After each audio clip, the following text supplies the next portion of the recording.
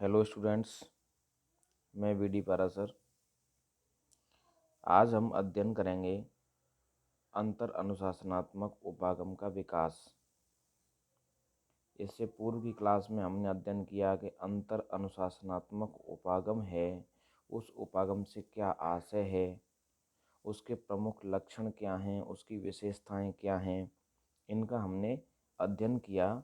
और इस श्रृंखला में दूसरी क्लास हमारी इस उपागम के विकास से संबंधित है कि अंतर अनुशासनात्मक जो उपागम है उसका विकास किस तरह हमें दिखाई दिया, कौन कौन से इसमें मॉडल हैं, कौन कौन से दृष्टिकोण हैं, इसके विकास में जो प्रमुख हैं।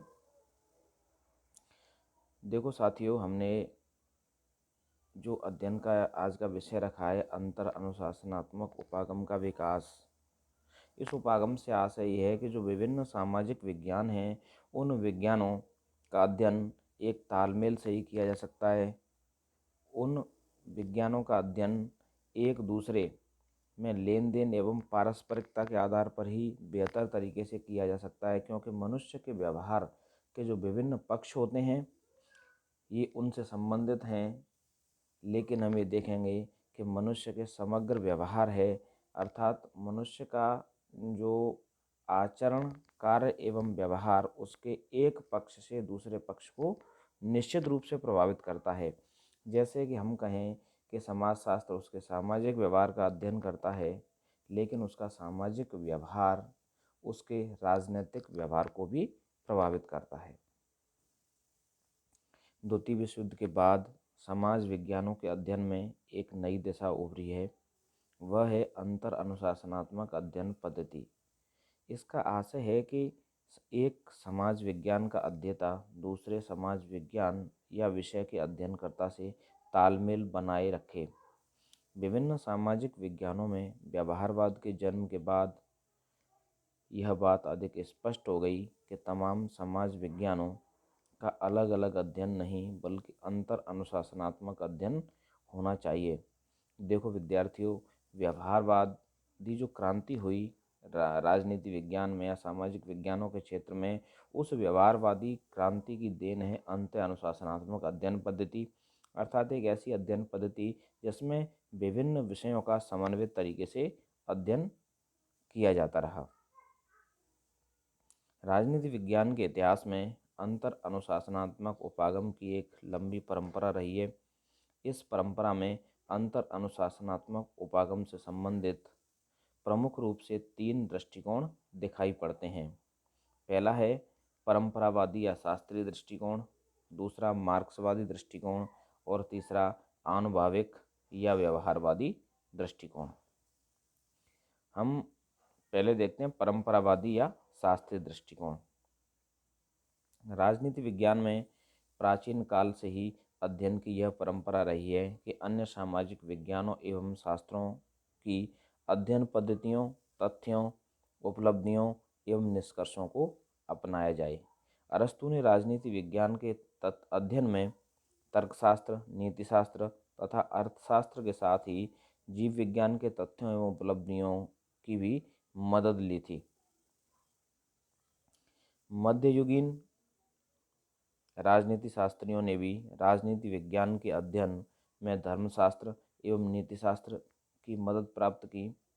आधुनिक युग में हीगल ने दर्शन शास्त्र से दार्शनिक पद्धति, ऑस्टन ने विधि शास्त्र से संप्रभुता सिद्धांत राजनीति विज्ञान में ग्रहण किया।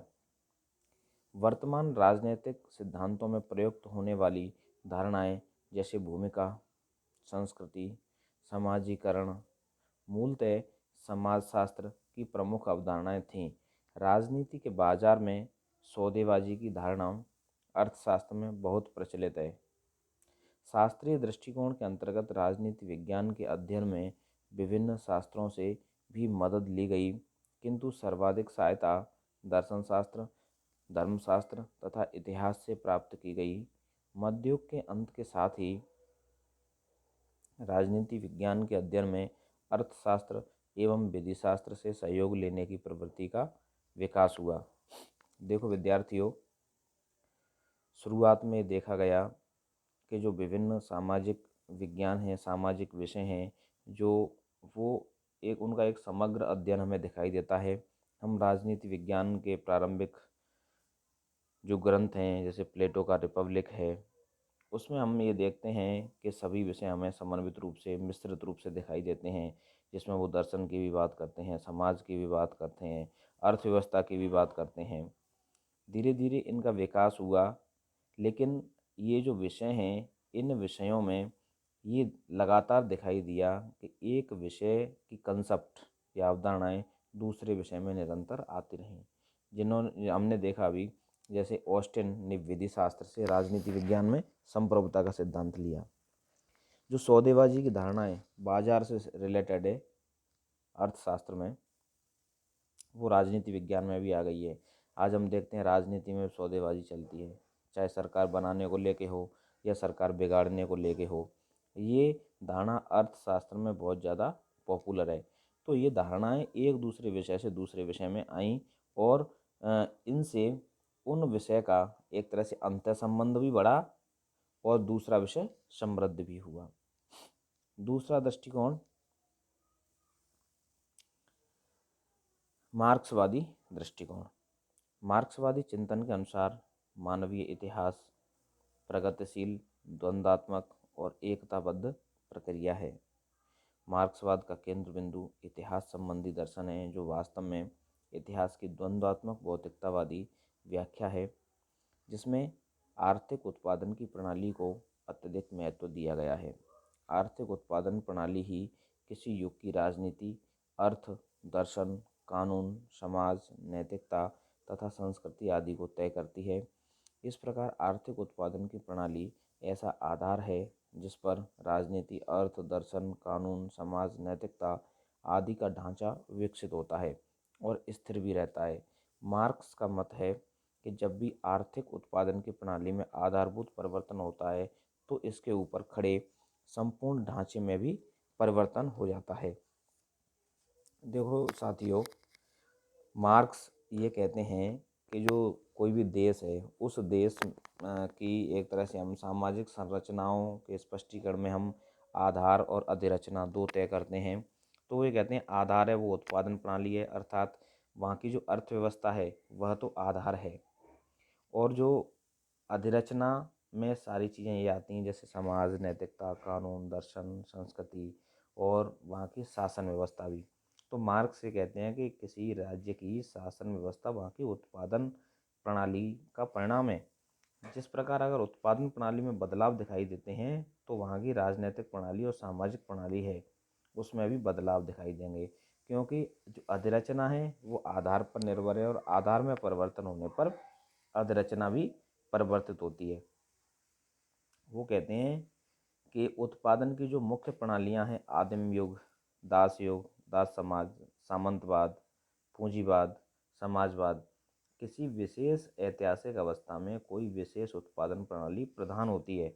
उत्पादन प्रणाली आधारभूत ढांचा है जिसके ऊपर कानून, दर्शन शास्त्र, राजनीतिक व्यवस्था, नैतिकता, समाज, संस्कृति, ये जो सब ऊपरी ढांचा है वो उसी पर निर्भर है, और जो बेस है उसका आधार है उसमें परिवर्तन होने पर निश्चित रूप से अधिरचना में परिवर्तन संभव है। तो ये जो धारणा है मार्क्सवादी दृष्टिकोण की, वो जी.वी. प्लेखनोक की पुस्तक है the development of the monastic theory of history. इस पुस्तक में अंत अनुशासनात्मक दृष्टिकोण की जो मार्क्सवादी व्याख्या है उसका वर्णन हमें दृष्टिगोचर होता है। अगला और अंतिम बिंदु है आनुभाविक या व्यवहारवादी दृष्टिकोण। 20वीं सदी का दृष्टिकोण है ये। इसे द्वितीय विश्व युद्ध के बाद राजनीति विज्ञान एवं अन्य सामाजिक विज्ञानों में व्यवहारवाद के रूप में मान्यता मिली। यह दृष्टिकोण मानता है कि मानव का संपूर्ण जीवन सामाजिक जीवन की एक संगठित इकाई है। निश्चित रूप से सत्य बात है कि प्रत्येक व्यक्ति का जो जीवन है वो सामाजिक जीवन की एक इकाई है। सामाजिक पक्षों को एक दूसरे से अलग नहीं किया जा सकता।